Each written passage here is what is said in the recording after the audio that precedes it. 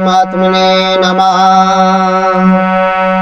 गुरुर्ब्रह्मा गुरुर्विष्णु गुरुर्देवो महेश्वरा, गुरुर् साक्षात् परं ब्रह्म तस्मै श्री गुरवे नमः। ध्यान मूलम गुरुर्मूर्ति पूजा मूलम गुरुपदम, मंत्र मूलम गुरुर्वाक्यम, मोक्ष मूलम गुरुकृपा।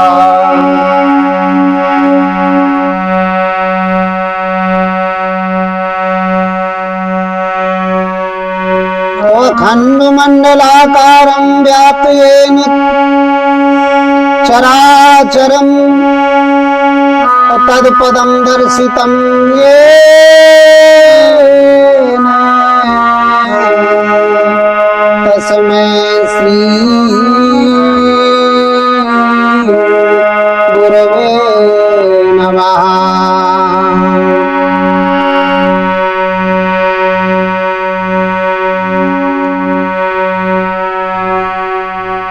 अरे वो जो भरा नहीं है अभावों से, बहती जिसमें रसधार नहीं है, वो हृदय नहीं है पत्थर है, और जिसमें स्वदेश का प्यार नहीं है। बोलिए सद्गुरुदेव भगवान की जय, हृदय में स्थित परमात्मा राम की जय, संत समाज की जय, भक्त समाज की जय।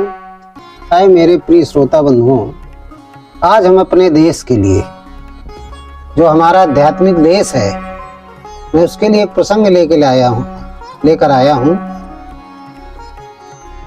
जो समस्त देशवासियों की इच्छा है, चाहे वो हिंदू हो, मुस्लिम हो, सिख हो, चाहे ईसाई हो, जितने भी हमारे देश में रह रहे हैं, ब्राह्मण क्षत्रिय शूद्र वैश्य, जितनी भी जातियां हैं, सभी धर्मों की, सबकी एक ही इच्छा है कि हमारा देश हिंदू राष्ट्र बने। तो आज हम ये चर्चा करेंगे, प्रसंग लेके आए कि भारत देश हिंदू राष्ट्र कैसे बने, कैसे हमारा देश हिंदू राष्ट्र बन जाए, ये उद्घोषणा हो जाए। भारत देश कैसे हिंदू राष्ट्र बने, या भारत देश हिंदू राष्ट्र कैसे बने, इसके बारे में आज चर्चा करेंगे। बड़ी अच्छी चर्चा है, आप लोग बड़ा मन लगा करके श्रवण करिएगा। लेकिन इसके पहले मैं देश के लिए, देश के नागरिकों के लिए, कि जब तक ये जज्बा नहीं होगा, हमारा देश हिंदू राष्ट्र नहीं बन सकता। इसके लिए मैं एक भक्ति राष्ट्रीय भक्ति युक्त ओतप्रोत मैं 2 लाइन का एक गीत सुना रहा हूं, आप लोग सुनिए। कि जो भरा नहीं है भावों से, अब बहती जिसमें रसधार नहीं है, अब वो हृदय नहीं है, अब पत्थर है,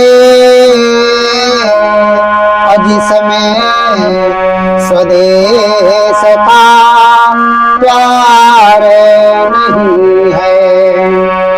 कि जो भरा नहीं है भावों से, और जिसमें बहती रसधार नहीं है, अब वो हृदय नहीं है पत्थर है, कि जिसमें स्वदेश का प्यार नहीं है। जो भरा नहीं है भावों से, बहती जिसमें रसधार नहीं, वो हृदय नहीं है पत्थर है, इसमें स्वदेश का प्यार नहीं। जब तक ये भाव नहीं होंगे हर मनुष्य के अंतःकरण में, मन में, तब तक हमारा जो भारत देश है वह हिंदू राष्ट्र नहीं बन सकता। जब जब भी ये भाव आए हैं तब तक हमारे देश में विकास हुआ है, एक नया कुछ हुआ है।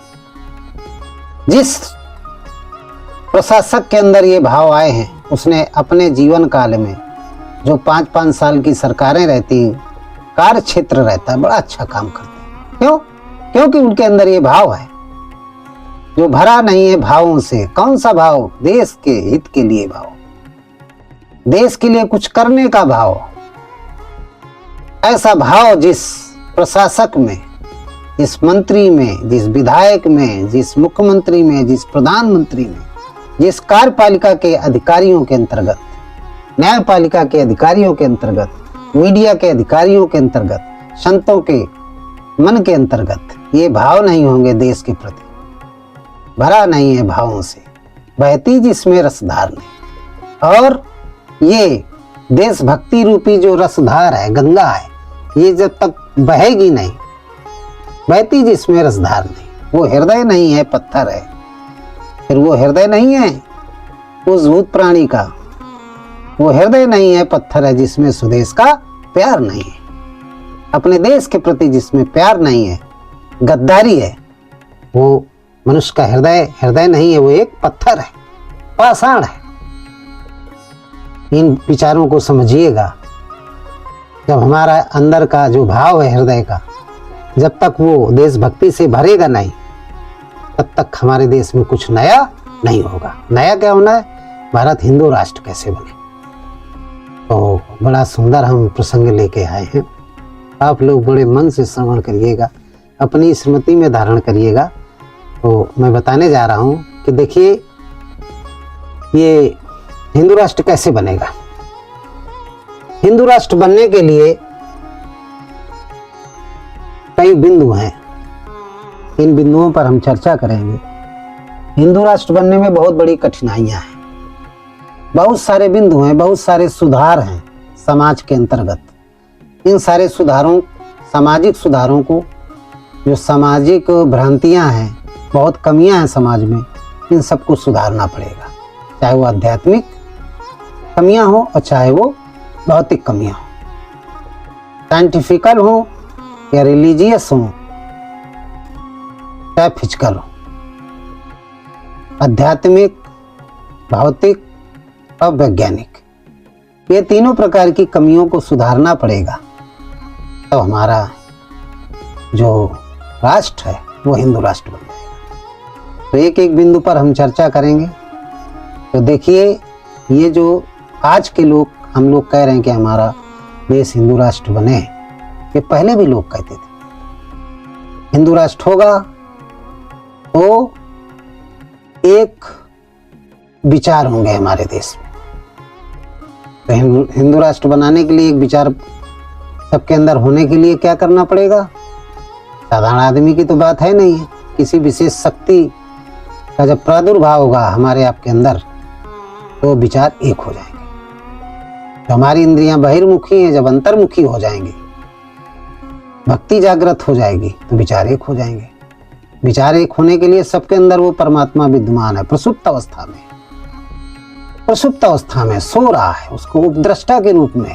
कोई मतलब नहीं आप गलत कर रहे हैं कि सही, उसको अनमनता करना पड़ेगा, अनमनता की स्थिति में लाना पड़ेगा। नाम निरूपण नाम यतन से सुप्रकट जिम मूल रतन से उसको जगाना पड़ेगा, यानी राम राज लाना पड़ेगा।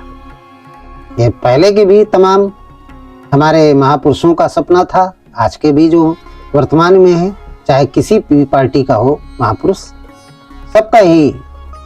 सबकी यही सोच थी कि भारत हिंदू राष्ट्र बने, राम राज आए। तो मैं सबसे पहले राम राज पर चर्चा करूंगा कि राम राज भारत में लाने पर हमारा जो राष्ट्र है, हमारा देश है, वह हिंदू राष्ट्र बन जाएगा। तो राम राज लाना पड़ेगा, सबके हृदय में राम की जागृति करनी पड़ेगी। तो सबके हृदय में राम की जागृति कैसी होगी, कैसे होगी? उसके लिए एक परमात्मा की पूजा करना पड़ेगा, हृदय स्थित परमात्मा की पूजा करनी पड़ेगी। चाहे हृदय स्थित परमात्मा को आप शिव कहते हो, चाहे राम कहते हो, चाहे कृष्ण कहते हो, चाहे अल्लाह कहते हो, चाहे गॉड कहते हो, चाहे ईसा मसीह कहते हो, चाहे बुद्ध कहते हो, जितने भी विश्व के नाम हैं परमात्मा के, किसी भी नाम से, लेकिन भाव एक होना चाहिए कि परमात्मा एक है, जो कण कण में भी व्याप्त है और सबके हृदय में भी निवास है। वह नाम ही है, अरूप है, उसका कोई नाम नहीं है, कोई रूप नहीं है। जैसी हमने कल्पना कर लिया वैसा रूप हो गया, ना वो स्त्री है ना पुरुष है। उसी को राम कहो, उसी को सीता कहो, उसी को शिव कहो, उसी को पार्वती कहो, उसी को दुर्गा कहो, राधा कहो, जो भी नाम आप लेना चाहते हैं लीजिए, लेकिन ध्यान रखिए कि वो परमात्मा है। बिन पद चले सुनाए, बिन काना कर, बिन काज करे विधना नान, हम रही सकल रस भोगी, बिन बाणी बख्तर तन, बिन परस नयन, बिन देखा ग्रही घ्राण, बिन बारह सेखा, सब भांत लौकिक करनी बस जाए नहीं। ऐसा परमात्मा है। अकथना में नामन रूपा ब्रह्म सुखायन भवन रूपा, उसका कोई नाम नहीं है, ना उसका कोई रूप है। नाम और रूप से वो अकथनीय है, अनिर्वचनीय है, उसका वर्णन नहीं किया जा सकता। कोई भी आप नाम लेकर के भजन कर रहे हैं, करिए आप। राम नाम तो इसलिए बताया गया कि श्वास प्रश्वास का जप, योगियों के लिए। यदि आप मोक्ष प्राप्त करना चाहते हैं तो ओम और राम के नाम का ही जप करने से मोक्ष मिलेगा। आप चाहें कि हमारा परलोक बन जाए तो अन्य नामों से नहीं बन सकता। क्यों? क्योंकि जो विधि होती है भजन की वो 4 प्रकार की, वैखरी मध्यमा पश्यंती परावाणी। तो वैखरी मध्यमा तक तो अब दुनिया के जितने भी नाम हैं सब लोग ले रहे हैं, राम कृष्ण जितने भी नाम ले रहे हैं, शिव जितने भी, राम और ओम को छोड़ करके जितने भी परमात्मा के नाम हैं, चाहे वो स्त्री रूप में हो चाहे पुरुष रूप में, आप ले सकते हैं। वैखरी और मध्यमा तक जोर जोर से बोल करके मन में, लेकिन जब आप पसंती विधि में जाप करेंगे तो नहीं उनसे हो पाएगा। इसलिए श्रेष्ठ नाम राम और ओम माना गया है। इसलिए शुरू से ही आप फिर चेंज करना पड़े तो शुरू से आप वही नाम ले। यदि आपको परलोक संभालना है, परलोक का मतलब अगला लोक, भगवान से प्राप्ति का लोक, उस पूर्ण परमात्मा से प्राप्ति का लोक, उस तक पहुंचने का जो लोक है, साधन है, वो मनुष्य का शरीर है। तो कहने का तात्पर्य है कि रामराज, भारत में रामराज कब आएगा? जब सबके हृदय में राम की स्थापना हो जाएगी। रामराज बैठे त्रिलोका, हर्षित भये रहे सब शोका, वैर न कर काहू सन कोई, राम प्रताप विस्मता कोई किसी से बैर नहीं करेगा। सारी विषमताएं खत्म हो जाएंगी, सारे जो है विचार मनोवृत्तियां गंदी हैं वो खत्म हो जाएंगी जब राम का हृदय में वास हो जाएगा, जागृत हो जाएगा। कैसे जागृत होता है? नाम निरूपण नाम यतन से, सो प्रकटत जिम मोल रतन से। नाम का जप करने से वो प्रकट हो जाता है। जैसे किसी सुनार के यहाँ जाइए, आप गहना खरीद लें, यदि मोल आपको पता है उस गहने का, वो चीज प्राप्त हो जाएगी। प्रकट माने प्राप्त हो जाएगी। अमोल नहीं पता है तो आप उसको नहीं प्राप्त कर पाएंगे। चीज है 10,000 की, आपको पता है कि 10,000 है इसकी कीमत, तब तो वो कितना भी सुनार मांगे 20,000 15,000, लेकिन आपको पता है 10,000, तो 10,000 तक आप 5,000 लगाएंगे, 6,000 7,000 8,000 लगाएंगे, 10,000 तक वो छूट जाएगी। यदि मोल ही नहीं पता तो आप जान ही नहीं पाएंगे। उसने कहा 20 तो आप खट से 10 के ऊपर लगा देंगे, 12 से आप बोली करेंगे तो 15 तक छूटेंगे। अब पैसा नहीं है 15 तक तो नहीं मिलेगी। तो नाम निरूपण नाम यतन से, सो प्रकट जिम मोल रतन से। यतन होना चाहिए, यतन है विधि जाप करने। तो रामराज तभी आएगा जब रामराज आ जाएगा तो हमारा राष्ट्र हिंदू राष्ट्र बन जाएगा। इसलिए राम की स्थापना हर व्यक्ति के हृदय में करनी पड़ेगी, चाहे वो जिस वर्ण का हो, चाहे जिस धर्म का हो, चाहे जिस संप्रदाय का हो। रामराज की स्थापना होनी चाहिए सबके हृदय में, राम की जागृति होने पर। और एक परमात्मा की पूजा होना चाहिए। उसके लिए लिखा है कि एक भरोसे एक बल एक आस विश्वास, एक भरोसे एक बल एक आस विश्वास, एक राम घनश्याम हित चातक तुलसीदास। संत गोस्वामी जी ने लिखा, एक भरोसे एक बल एक आस विश्वास, एक राम घनश्याम हित चातक तुलसी दास। आप एक पर भरोसा करेंगे तो कभी धोखा नहीं खाएंगे। अद्वैत पर रहिए। यदि आप द्वैत में गए, दो पर विश्वास किया, तो आप धोखा खा जाएंगे। वो परमात्मा आपकी मदद नहीं करेगा। तो आप समर्पित होकर के अद्वैत में आ जाइए। एक परमात्मा का भजन करिए, एक के भरोसे रहिए, निश्चित रूप से आपका कल्याण। चार जगह पैर मत रखिए। चार नावों में पैर रखेंगे तो आप पार नहीं हो पाएंगे। इसलिए एक भरोसे, एक बल, एक आस विश्वास, एक राम घनश्याम हित चातक तुलसी दास। एक राम घनश्याम, एक परमात्मा के नाम पर चातक बन जाइए, बिल्कुल उस भावरा बन जाइए, उसी के प्रति समर्पित हो जाइए, उसी का भजन करिए, तो निश्चित रूप से आपके अंदर राम की उत्पत्ति हो जाएगी, रामराज आ जाएगा। और जब रामराज बैठ जाएंगे, बैठे सब लोगों का हर्षित भय, गए सब शोका। तो भारत में यही हिंदू राष्ट्र नहीं होगा, पूरे त्रिलोक में हिंदू राष्ट्र हो जाएगा। इतनी बड़ी क्षमता है कि पूरे विश्व में हिंदू राष्ट्र, पूरे विश्व में जो है पूरा विश्व हिंदू राष्ट्र हो जाएगा। केवल भारत की बात नहीं कह रहा हूं।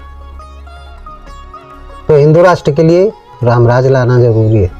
फिर दूसरा बिंदु है, हिंदू राष्ट्र कैसे बनेगा, उसके लिए क्या है, धर्म की व्याख्या, सनातन धर्म की व्याख्या। यानी सनातन धर्म कैसे है उसको समझना पड़ेगा। समाज के सामने सनातन धर्म की व्याख्या करनी पड़ेगी, बताना पड़ेगा लोगों को कि सनातन धर्म क्या है। जब ये चीज समझ में आ जाएगी तो भी हिंदू राष्ट्र हो जाएगा।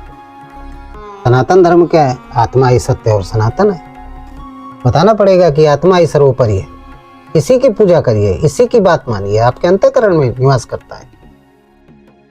सनातन धर्म और कोई नहीं है, आत्मा ही सत्य व शाश्वत और सनातन है। इसी को कहा गया गीता में, भगवान कृष्ण ने कहा है कि आत्मा ही सत्य व सनातन है, शाश्वत है। इसको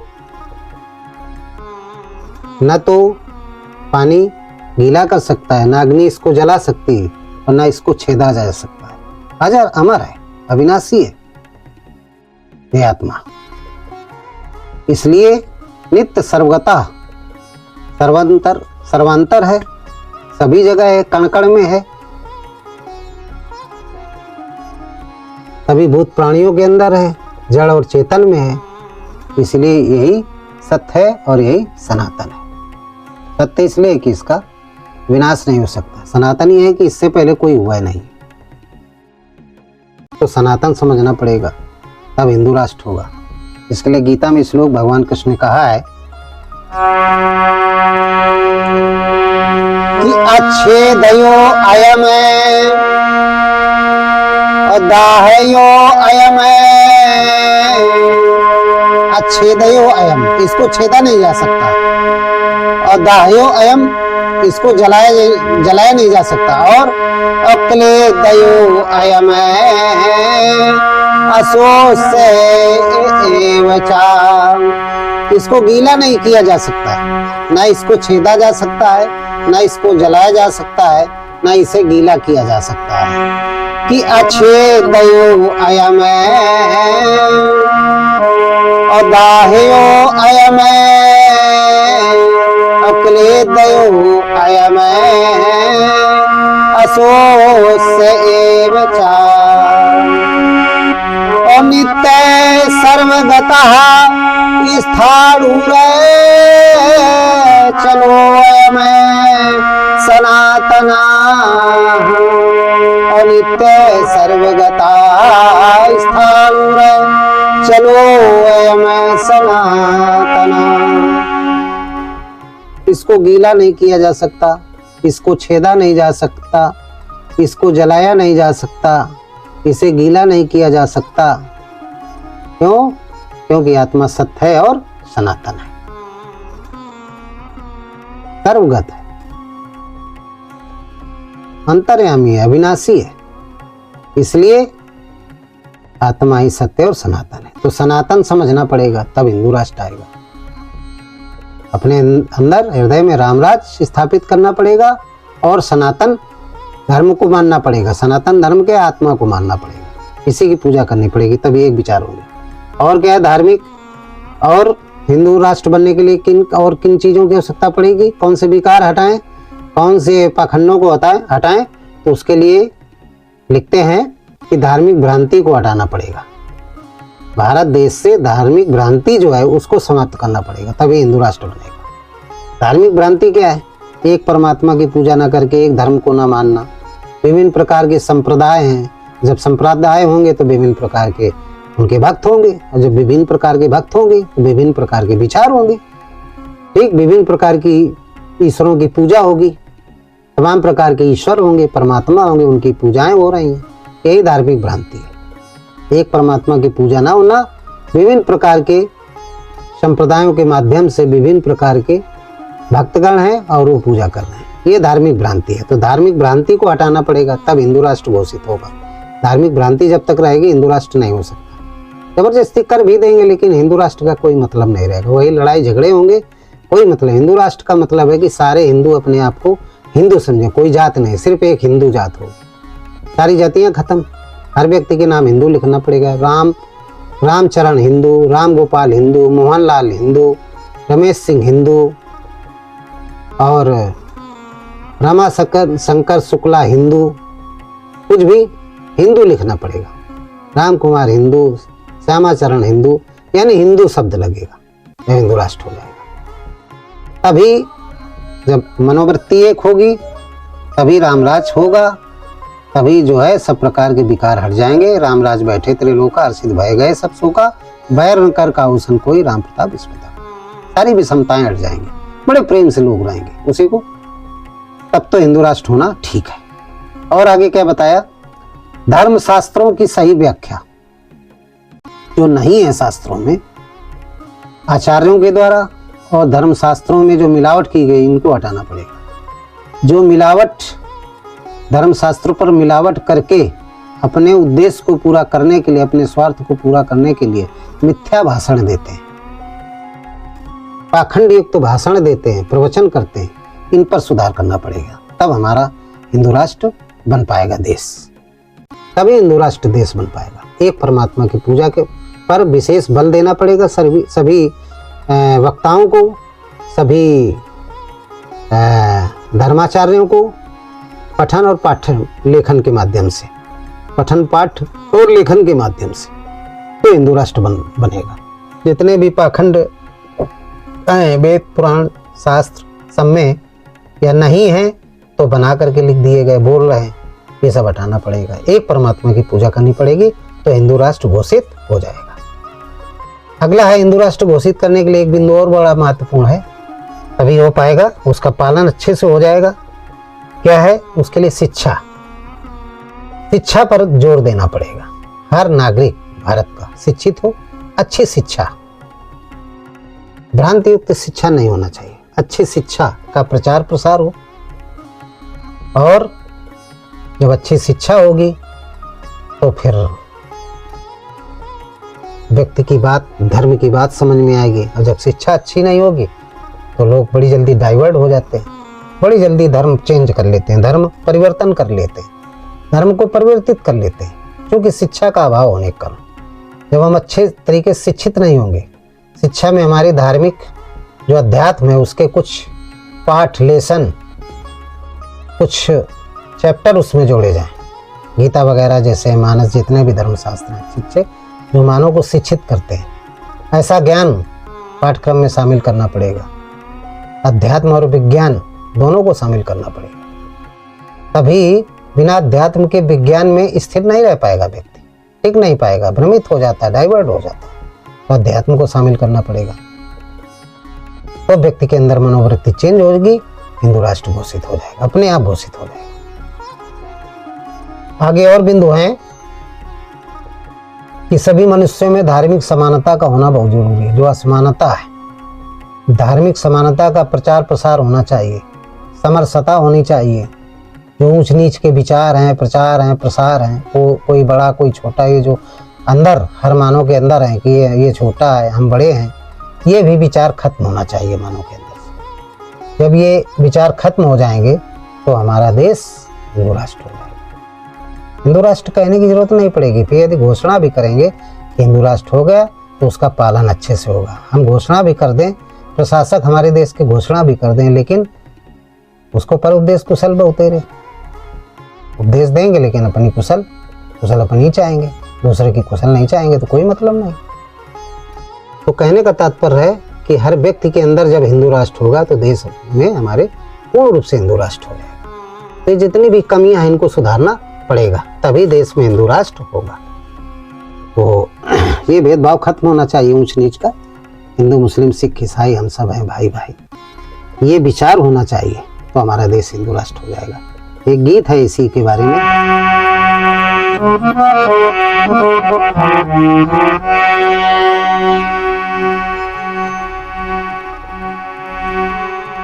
कि जागो भारत माँ के लाल, जागो भारत माँ के लाल, हर व्यक्ति को जगाना पड़ेगा। अरे हिंदू मुस्लिम सिख ईसाई, हिंदू मुस्लिम सिख ईसाई, हम सब हैं प्यारे भाई भाई, ये नारा होना चाहिए। हिंदू मुस्लिम सिख ईसाई, हम सब हैं प्यारे भाई भाई, हिंदू मुस्लिम सिख ईसाई, हिंदू मुस्लिम सिख ईसाई, अरे हम सब हैं प्यारे भाई भाई, हमें आपको नहीं लेना चाहिए क्योंकि हम सब भाई भाई हैं। हिंदू मुस्लिम सिख ईसाई, हम सब हैं प्यारे भाई भाई, कि हम एक ही माँ के लाल, कि हम सब एक ही माँ के लाल, कि जागो भारत माँ के लाल, कि जागो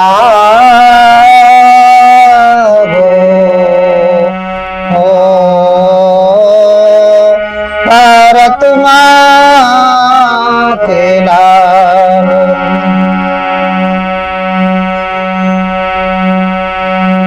दुश्मन ने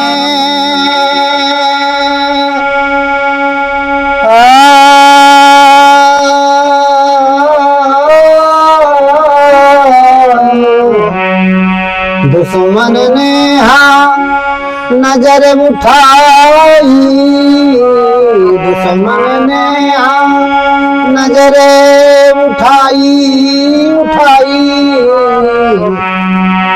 आओ मिलकर करें लड़ाई, दुश्मन ने जब नजर उठाई, हम सब मिलकर करें लड़ाई, अरे जागो भारत के लाल, अरे जागो भारत के लाल, कि हम एक ही माँ के लाल, जागो भारत के लाल। सबको जागना पड़ेगा। हिंदू राष्ट्र हो जाएगा तो हम सब लोग एक हो जाएंगे, हर परिस्थिति से सामना करेंगे और देश हमारा सुरक्षित रहेगा। एक परमात्मा की पूजा करनी पड़ेगी, एक धर्म को मानना पड़ेगा, श्रद्धा और विश्वास के साथ अपना नियत कर्म करना पड़ेगा, सबसे प्रेम से मिलकर रहना पड़ेगा। कोई ऊंच नीच नहीं है, हर समाज में पूरे देश में समरसता रहेगी, कोई छोटा बड़ा नहीं है, ये विचार रखना पड़ेगा। ये सारे जब विचार होंगे सारे बिंदुओं, जितने बिंदुओं के बारे में हमने बताया, इनका जब सब अक्षर से व्यक्ति पालन करेगा तो हमारा देश हिंदू राष्ट्र हो जाएगा। कहने की कोई बात नहीं, और सारे दुख खत्म हो जाएंगे। तो आप लोगों को बात समझ में आ गई होगी कि हिंदू राष्ट्र कैसे बने। हिंदू राष्ट्र बनने के लिए इन सब चीजों का होना बहुत आवश्यक है। एक परमात्मा का भजन करने की जरूरत है, शिक्षा पर जोर देने की जरूरत है।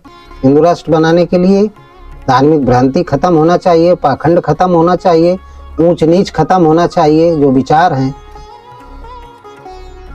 और छुआछूत खत्म होना चाहिए। वैसे खत्म है ये छुआछूत, गांव स्तर में रह गई, बाकी बाहर सब खत्म है। सब कोई सबके काम काज में जाता है तो खत्म भी हो गई।